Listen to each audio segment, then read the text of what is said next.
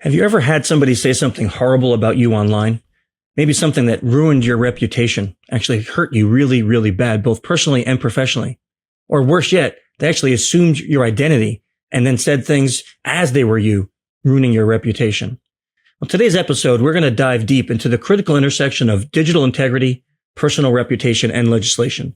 I'm Chris Hadnagy, CEO and founder of Social Engineer LLC and the Innocent Lives Foundation, and this is the Social Engineer Podcast, the fourth Monday, episode 314. And as always, I have my awesome co-host here. He's won 6 Emmy Awards, if you can believe that. And just this weekend, Mike, you got the Natus Silver Circle Award.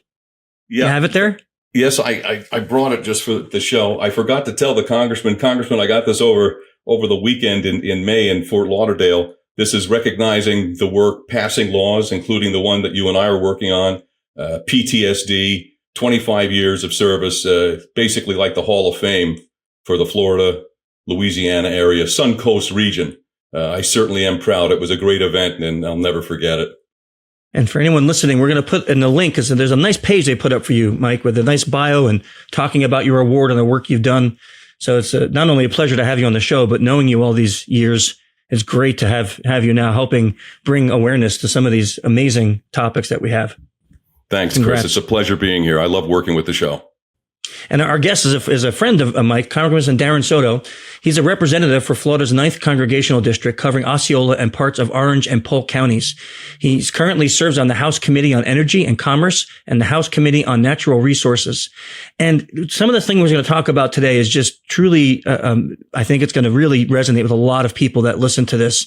So first of all, Congressman Soto, thank you for coming on the show and spending some time with us today. Chris, Mike, it's an honor to be able to be on the show. Mike and I worked for many years together.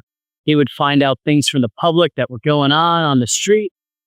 We would talk about these things on air, and sometimes we're able to develop legislation, especially in areas like unemployment insurance during the pandemic, foreclosure crises that happened during the pandemic. Then, of course, helping enhance citizens' rights online, among other things. So it really ended up being a great relationship over the years. That's how you got me on this show, from that amazing relationship. And there's a key role between the press, and I mean that in the broadest sense, and legislators to make sure that problems are identified, how things are affecting our community, and proposing solutions that may work to fix these issues. And Mike and I had talked about the story that kind of sparked all this, that young man at UCF. And sadly, it's not a lone case, right? It's not a lone case where people have literally ruined someone's lives. Part of the work that I do with the nonprofit, The Innocent Lives, is we help educate on things like sextortion, which is just another form of this type of horrible crime that really drives our young people to suicide throughout the country. So tell me a little bit about the SHIELD Act and like how you guys came up with it and what is the motive behind it? Sure. The story is a cautionary tale. A UCF student, Alex Bugay, was just going about his life as a local student when someone took his identity, put together social media accounts, and then used it to post racial slurs against a Georgia state rep, Maynor, who had switched parties. So she was in like a major controversial moment. She's African American, and so Mr. Bugay's life was ended pretty quickly because people knew who he was. They went after him. He lost, I believe, his scholarship and certain jobs that he had at UCF, only to find out that he didn't do any of that stuff. Someone had hijacked his account. And so this came through great coverage, news coverage that Mike was involved in. And so we helped put together the Stopping Hijacking of Identity Expressly for Libel on Domains Act, more affectionately known as the SHIELD Act, to give individuals a cause of action to have social media companies take down posts that were hacked, that were not actually from them, that are libelous, scandalous, or otherwise are criminal content. And it's a bill that we filed and were able to pass parts of it in a privacy package that passed the House, passed the House committee, but still has not gotten into law to this day. So we'll continue to be looking for comprehensive privacy to pass. That goes to our committee. It is long overdue. And so this is one of those amendments floating out there as we get to a national standard eventually. So would you attach this, just so for everyone that's watching and listening, you would attach this to the American Privacy Act, Congressman? So we'd attach it to a Comprehensive Privacy Act. I would file the separate bill to give it a platform to talk about it, but it likely wouldn't pass as its own standalone bill. Anything that's going to affect 230, the liability limitation that social media companies have and internet companies, I mean, that is a big food fight. So you want to ride along with privacy.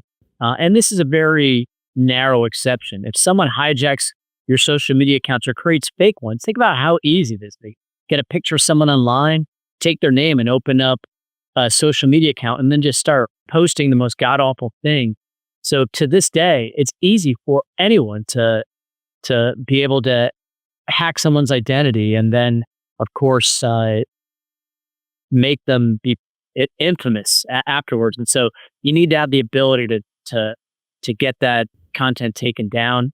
I should mention, since Chris, you brought it up in the beginning of your monologue, we did pass just recently the Take It Down Act that deals with deep fakes and Awesome. also revenge porn, just terrible thing that can happen to many Americans, especially young women. So that bill did actually pass out of the committee and recently out of the House, and it'll become law very soon. So it's something that obviously we are getting some progress in this area, but it is very slow going. Boy, that's great news. So you had bipartisan support on that section of it? Yes, absolutely. And we had some elements of it added to the Privacy Act a few years ago, but it never ended up passing the House or the Senate. I'm still on the committee. I'm hoping to be able to see this in to its finish line. But it's been a challenge because last term we saw it was a priority for the committee chair. She noticed the comprehensive privacy bill for a committee markup. It had passed subcommittee, a subcommittee I serve on as well. And then leadership told her to stop the markup, to take it down. So we never even had a full committee markup on this comprehensive privacy bill. And just to give you an idea of the kinds of things we're trying to protect, your social security number, your geolocation at this very moment, your calendar, your health information. There's HIPAA that protects you from the government exposing your health information, but there's a whole bunch of private entities that can do that. And so all this stuff is available online. It's an incredible, shocking how much information about what we do and where we are, and that's available online. And so having rules of the road for this most private of information, health information, locations, personal identification information is absolutely critical in this modern electronic age where we have so many people who fall victim to identity theft. And so it protect that among many other issues that would be added to that. Does your act also cover, besides hacked accounts, does it cover people who say false or defamatory or negative, like racial things? Will it have the power to have those posts taken down too? No, it would just focus on the folks whose accounts are hacked. Okay. You get into a whole First Amendment fight over, do you have the right to lie under the First Amendment? And the answer, unfortunately, to a certain extent, yes. But there are limits to it. We saw the courts step up during the pandemic when people were lying about the vaccine or the 2020 election, right? Or January 6th as examples. But it's got to be an extreme example for you to be able to limit speech. So yes, you have unfortunately, but that's the Constitution. And I think it's important that we protect free speech that includes lying online. And so you probably wouldn't be able to do that, but it is key for us to put pressure on social media companies, as well as to the extent we could pass laws in Congress to make sure that there's context provided so that if a lie is spreading that could do bad public harm, that it rides along with a little note that says, well, that actually probably isn't true for this, and this reason, so that people get all the facts. We see a lot of social media companies doing that, although not for everything. There's even debates over what's hate speech or not. So, Congress has been, unfortunately, not aggressive on being able to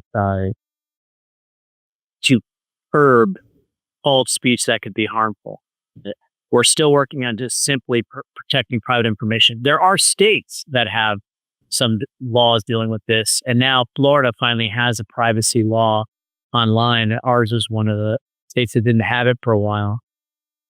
But things like identity are what this bill is really about, and then a duty of care for people's information, especially social media companies and data companies generally, that a duty of care for holding that information and who they could sell it to and what things can't be sold. And so that's why I thought this fit in nicely, because this is another stolen identity issue that fits in with privacy. So and we had some great comments from both sides of the aisle on adding it, and but the larger bill that we'll ride on is something that we're continuing to have to work on. But that's the thing about Congress. If you're a senator, you run every 6 years. If you're a House member like myself, you run every 2 years. A lot of these bills can take 6 to 8 to 10 years to get done. So you have to have a lot of optimism, a lot of patience. You're going to have presidents come and go. You're going to have different controversies arise, but it really takes years to get things done. Mike and I are from an area with a lot of growth. And so I've spent years working on some of these big highways in the region and the airport and jobs and some of these other projects. It's taken me years to get done. So I'm in it for the long haul on a lot of these issues. And I work a lot on technology policy in the Congress. I think it's very important, though. I mean, Mike, just a couple months ago, your old cameraman at the studio called me, and there's a young woman here in Orlando who had her accounts taken over, and she runs a charity, and these people were up there and they were trying to get money from her followers. And we were directly in touch with Facebook, and they argued about giving her accounts back. And then once they finally did have her accounts back, they didn't kick the hackers out. So as soon as she was given access, they just blocked her again. And this was a cat and mouse chase for weeks until she finally said, "Can you just shut the page down?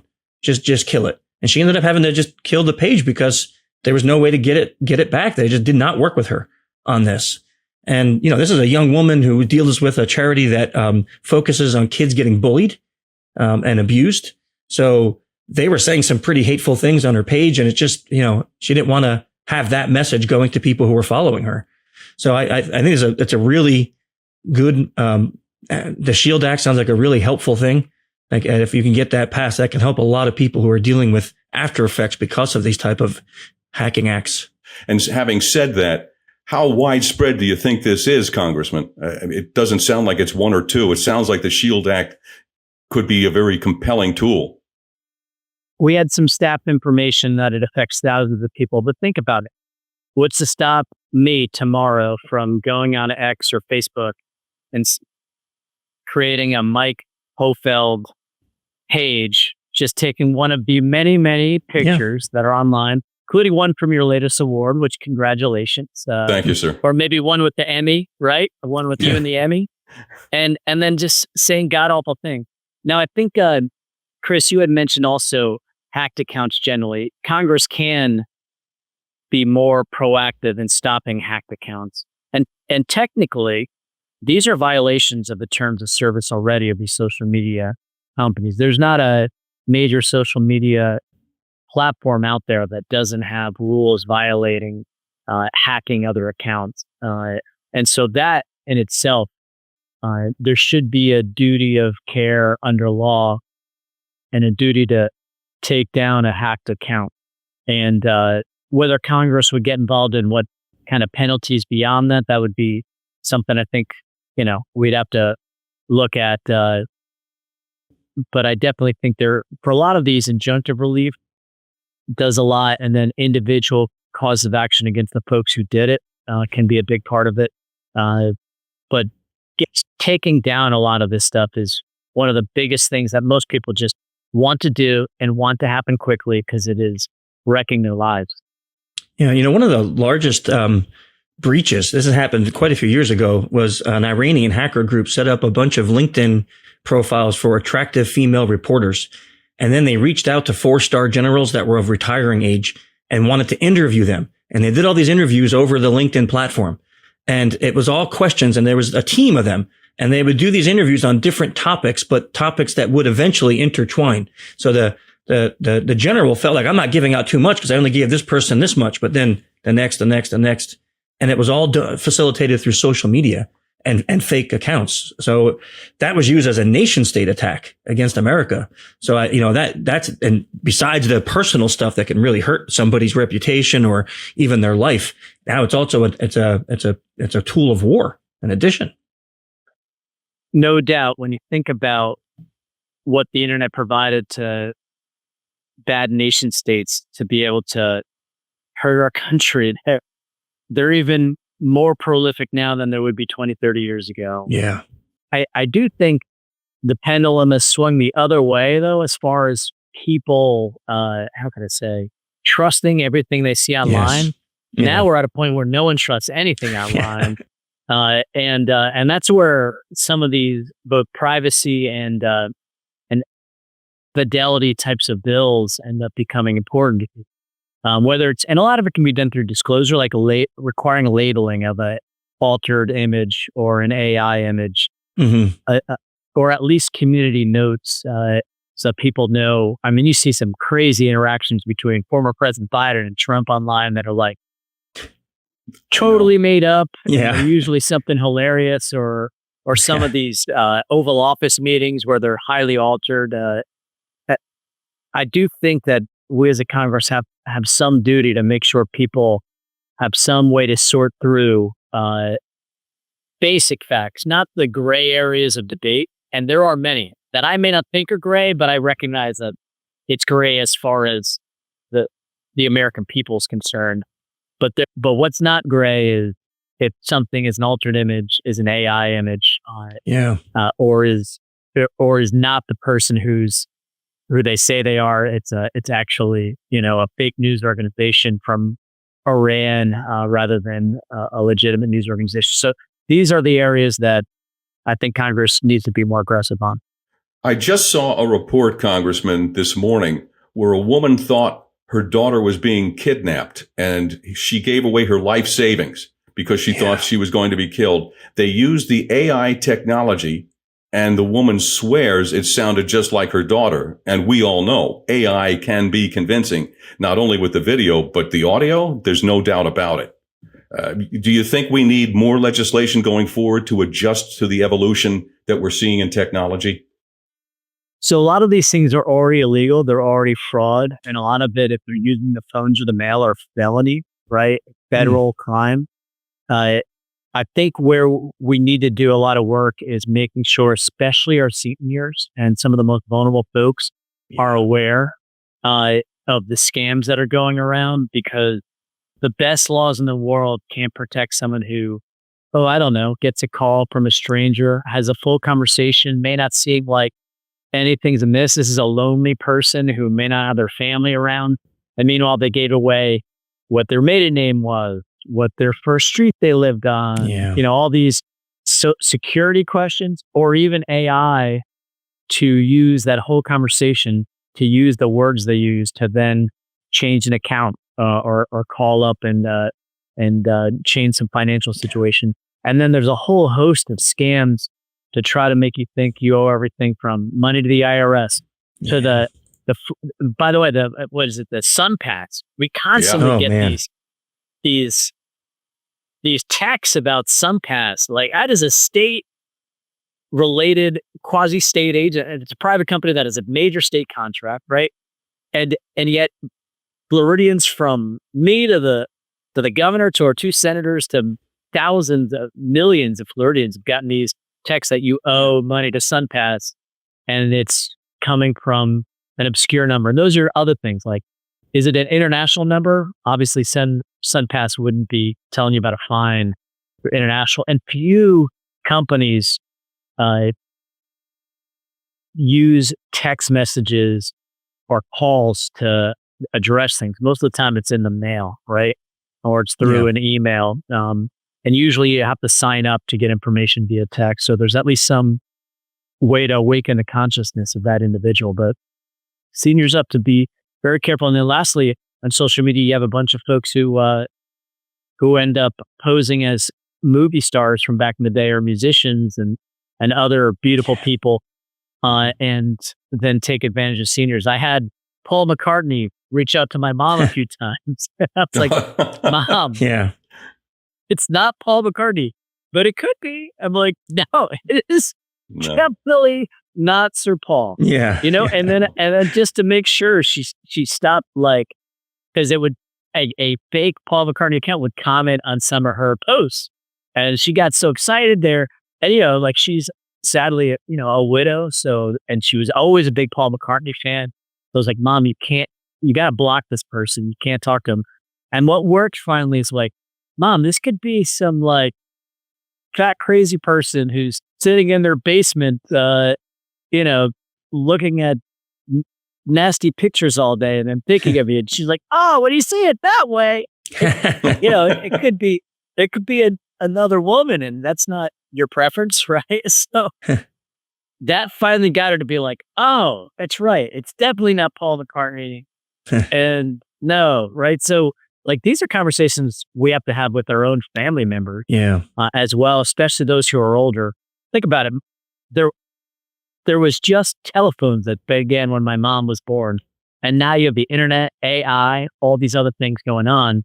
So the amount of change they've seen in their lifetime is it's unbelievable. Right. And so we have to keep that in mind with a lot of our seniors.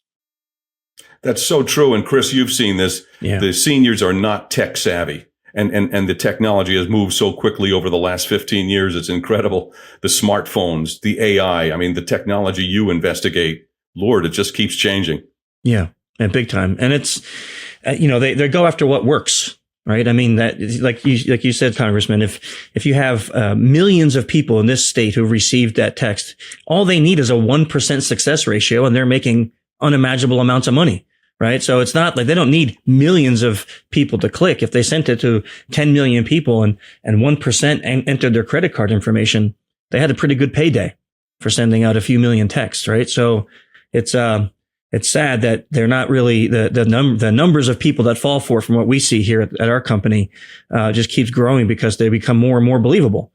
And they're using AI to make it more and more believable. Now, we no longer see phishing emails with bad English and bad grammar.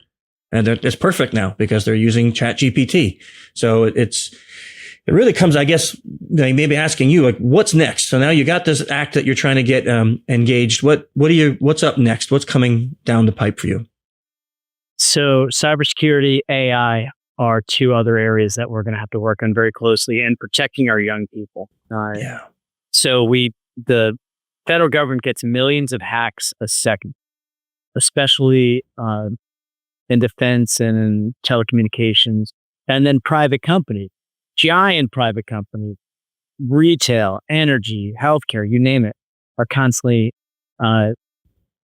receive hacking attempts. So making sure that we not only on the software, make sure that all the companies make sure they have a duty to have a certain amount of cybersecurity to protect people's information, which was in the privacy bill, by the way.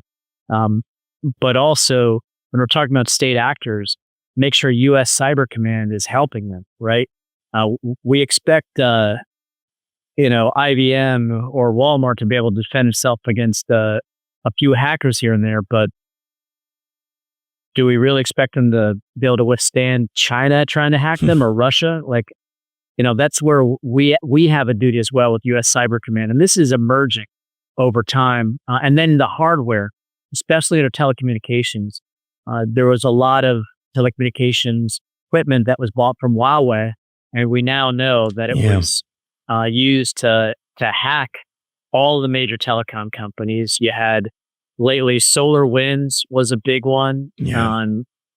And before that, Salt Typhoon.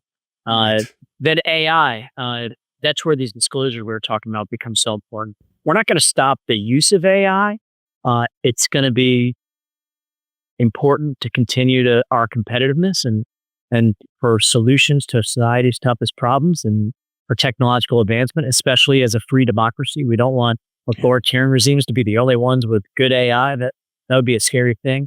But we do need in public images disclosures and some duties of both social media companies, internet companies generally, and the hosts. The cable companies actually host a lot of this, as well as the satellite companies, to have some duty to disclose that these are altered images, because the belief that people have in the things that they read online is it's at a dismal low, and that tells me it's about disclosure, not necessarily about stopping everything, right? Unless it's an absolute danger to public health or an absolute danger to the nation. I mean, like an imminent, dangerous threat of harm or death, not any other number of perceived dangers that aren't going to lead to substantial injury or death. And then rules of the road for AI being used in robots.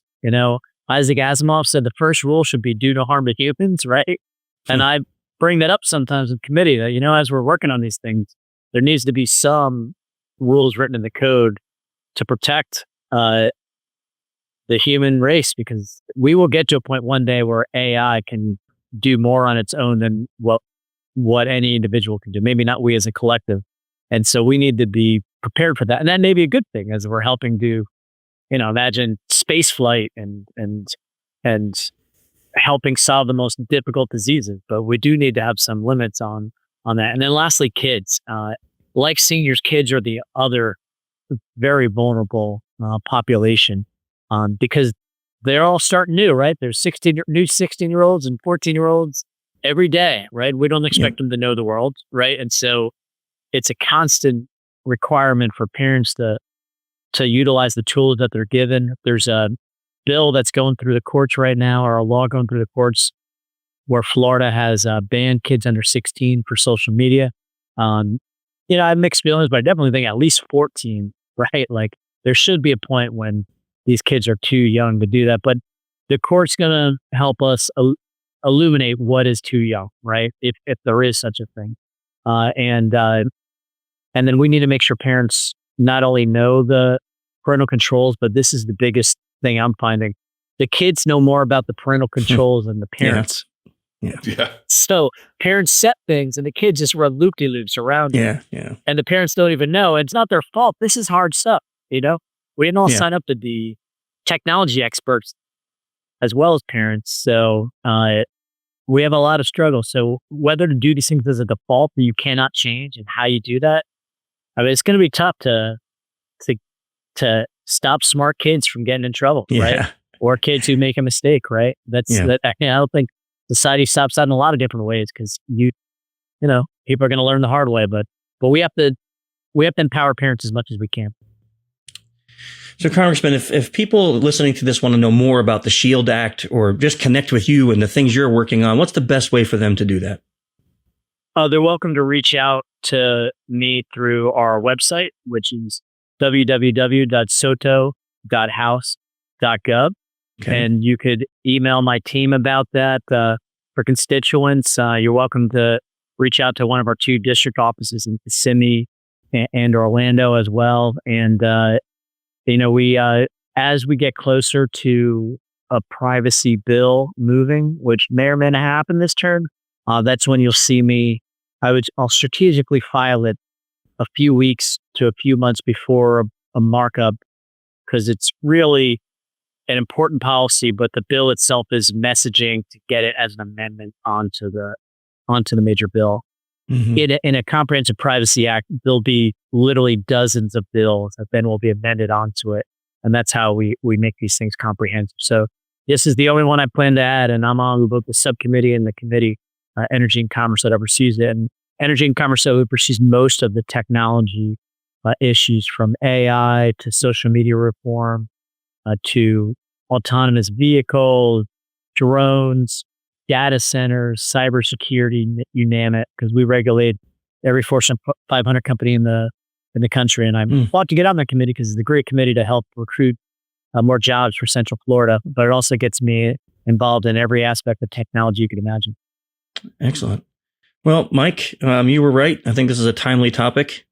I think a lot of people are going to be really interested in seeing this bill get passed. So thanks for bringing it attention to everyone listening today. I really, really appreciate you getting the congressman on as a guest. That's my pleasure. As I said, I've worked with Darren Soto for years. He's one of the best. We're lucky to have him in Washington. Congressman, thank you so much for what you do for us every day. We really appreciate it. Michael, Chris, it's my pleasure. Continue to shed your journalistic light on the darkness, and let's help America together. I agree. Thanks, Mike, Congressman. Thanks so much. That kind of brings up our topic for next month, because you have a really great guest coming on. Actually, Congressman Soto knows him well. We're bringing up Bobby Knost from the Orlando Iron Workers 808 local. We're going to be talking about job alternatives. A lot of kids go to college and they don't know what to do with their degree. Here you can get training, a skilled trade. We'll be talking to Bobby Knost, who I've been an honor to work with on several things, including helping union members get their unemployment benefits with the help of Congressman Soto. That was a great alliance. And so I think it'll be great. I think the viewers will really, and listeners will love that. An opportunity to work and get a paycheck and benefits. So another great guest. Thanks, Mike, as always. Thank you, Congressman Soto, for coming on. And thank you all for listening this month. We hope you enjoyed the episode. Until next month, stay safe.